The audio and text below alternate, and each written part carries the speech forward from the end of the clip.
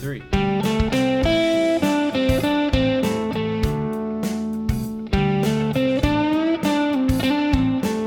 Here's 4 simple and tasty riffs to get you started in pentatonic scale pattern 1, also known as the G shape. There's an easier and harder way to play each riff.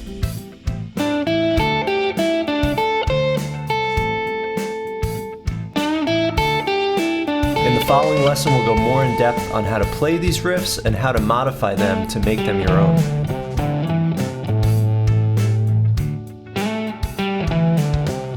You can string these riffs together, mix and match them, or change them up to play a solo like this.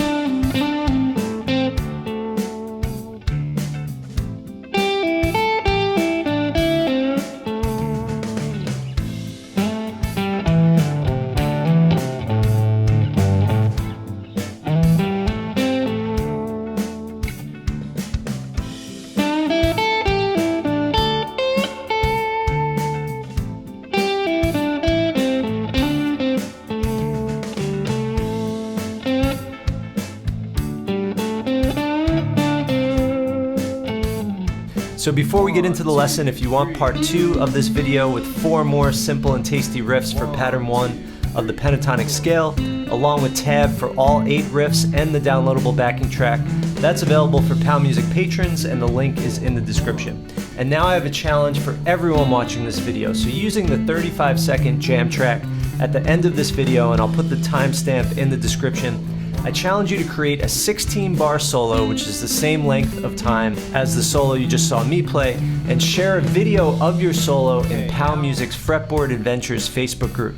So that's where subscribers and patrons of PAL Music are coming together to share their musical journey. So you could use any of these 8 riffs either note for note or change them up and add to them like you just saw me do. You'll also find a list of other related PAL Music YouTube videos on beginner soloing in the description, along with a link to my Soloing for Complete Beginners course, which focuses on creating very simple phrases, just a few notes at a time. All right, let's get into the lesson.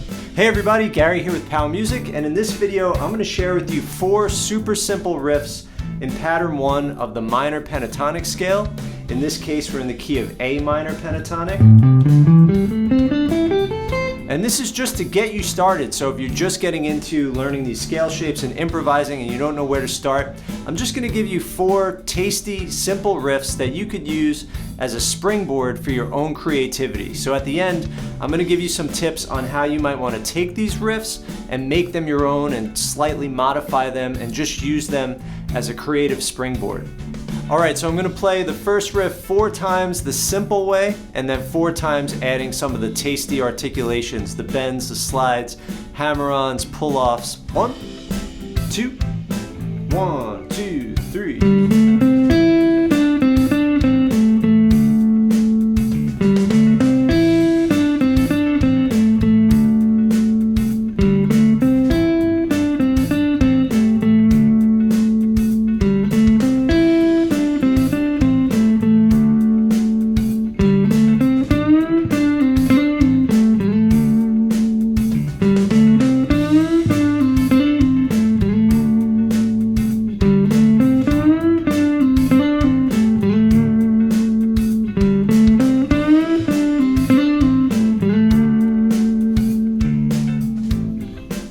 Alright, so if we look at this riff, the first time I just went.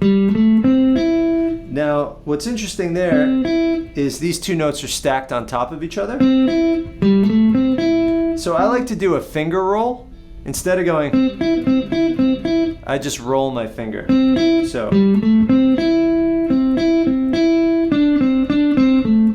everything else is very straightforward. Then the more difficult way, this note right here, this bend,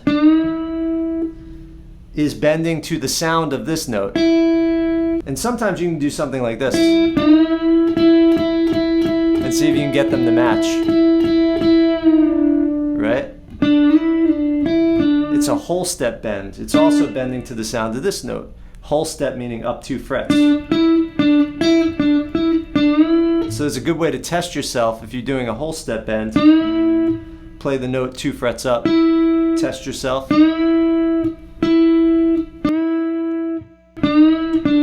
And then I think I did a pull-off. So with the pull-off, I just kept this finger solid and pulled off. And when I pull off, I pull kind of down and out. It's not straight up. If it's straight up, it's going to be weak. If it's a little bit down and out, it's going to be strong. So then I went, and I like to call that a flam. It's a hammer-on. When a drummer does a flam, they go. It's like two hits really close together. And so we can do that on guitar by going. So.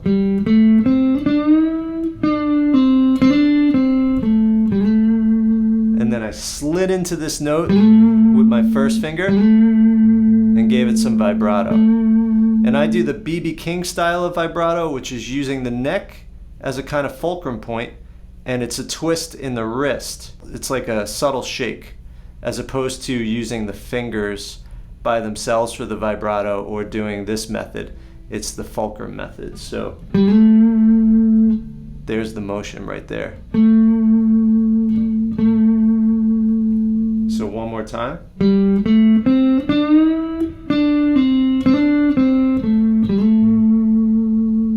All right. Then you could start it the same way and end it differently. Or maybe you do something like.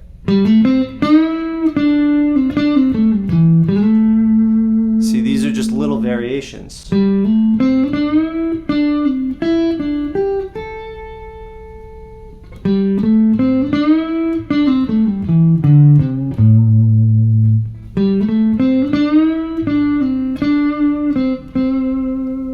Right, so you can just use that as a place to start. Let's check out riff number 2. Okay, here's riff number 2, 4 times a very easy way, 4 times a little more difficult. 1, 2, 3, 4, 1.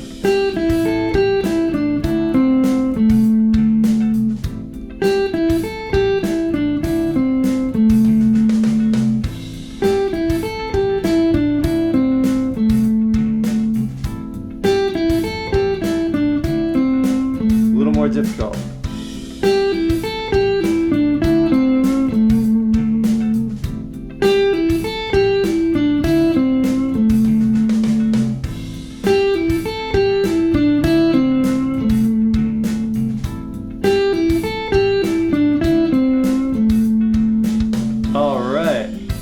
All right, so you might be thinking the more complicated way actually didn't sound as good.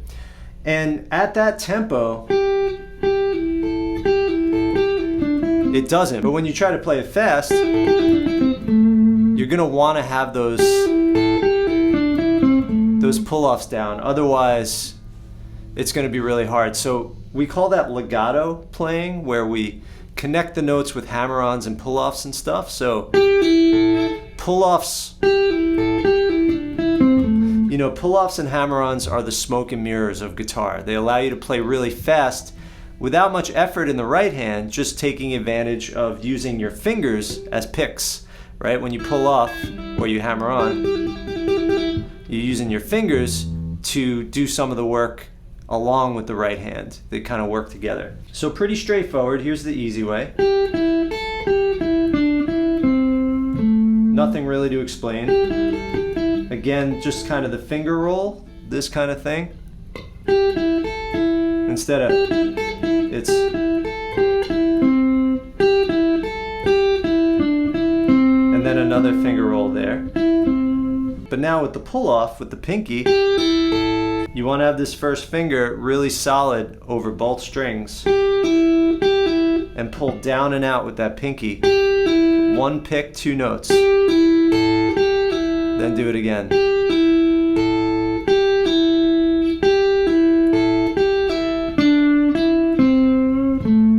So the first half,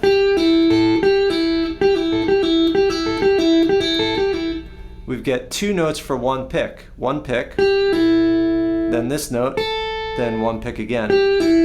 So then the second half, or Now that right there, this is so bluesy. What's bluesy about it is this note is the minor third. But in the blues, a lot of times we have a dominant 7 chord with a major third. So we can take this minor third and kind of bend it into some middle place, some blues heaven between the minor third and the major third. It's just the sound of the blues right there. So, right, and then the vibrato. This time I'm doing it with my third finger, same concept, the fulcrum technique. All right, and then what if you were gonna make this your own?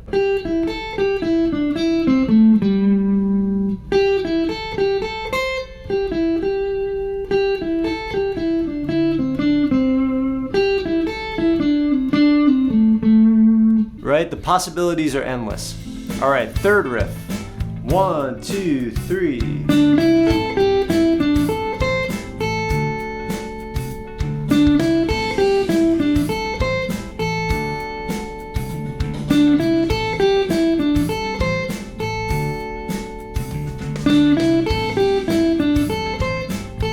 And now the fancy way.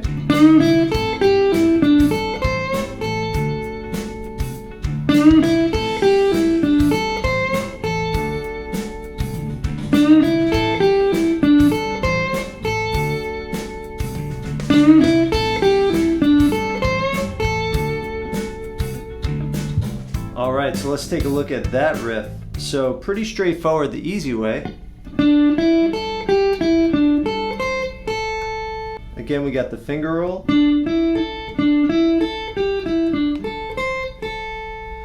And we got a string skip.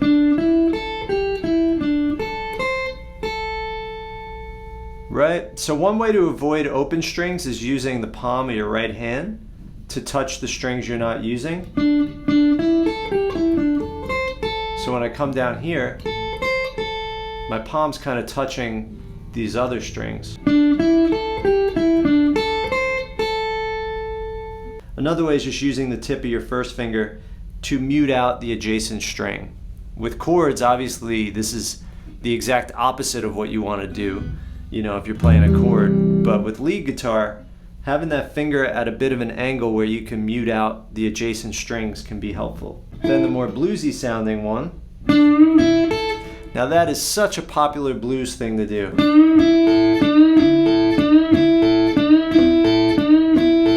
Now the trick here is using the tip of the first finger to touch the third string so that when you bend and release this note, it just drops down, touches the tip of that finger and mutes. Otherwise it would sound like this. And we want to avoid that. So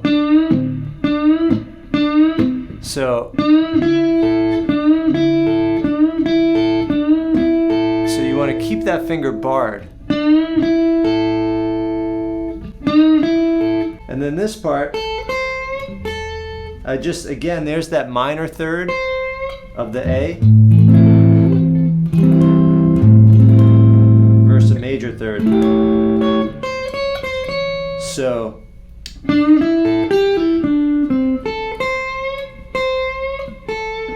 again, giving it that bluesy quarter bend. And then vibrato on the high E string is tough because you run out of space. You can't go down. So a lot of people just go like this. You know, just kind of pushing it up and down like that. Sometimes you can go side to side. Sometimes you could still do the fulcrum, but just up.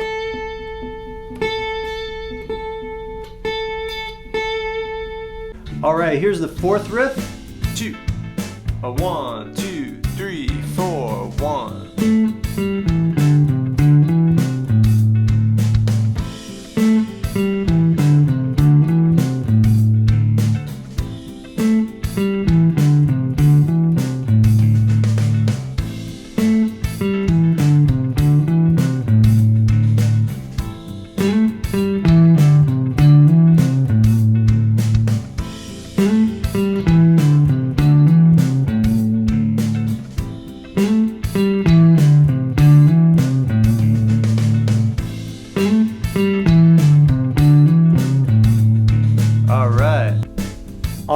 So I made up these riffs, and they're indirectly based on riffs I already know. It's just language that I've learned from learning other riffs, and now I'm sharing with you some language, some ideas, right?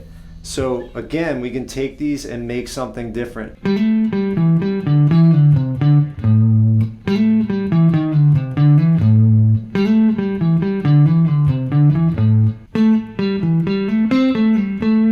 Maybe go in the opposite direction.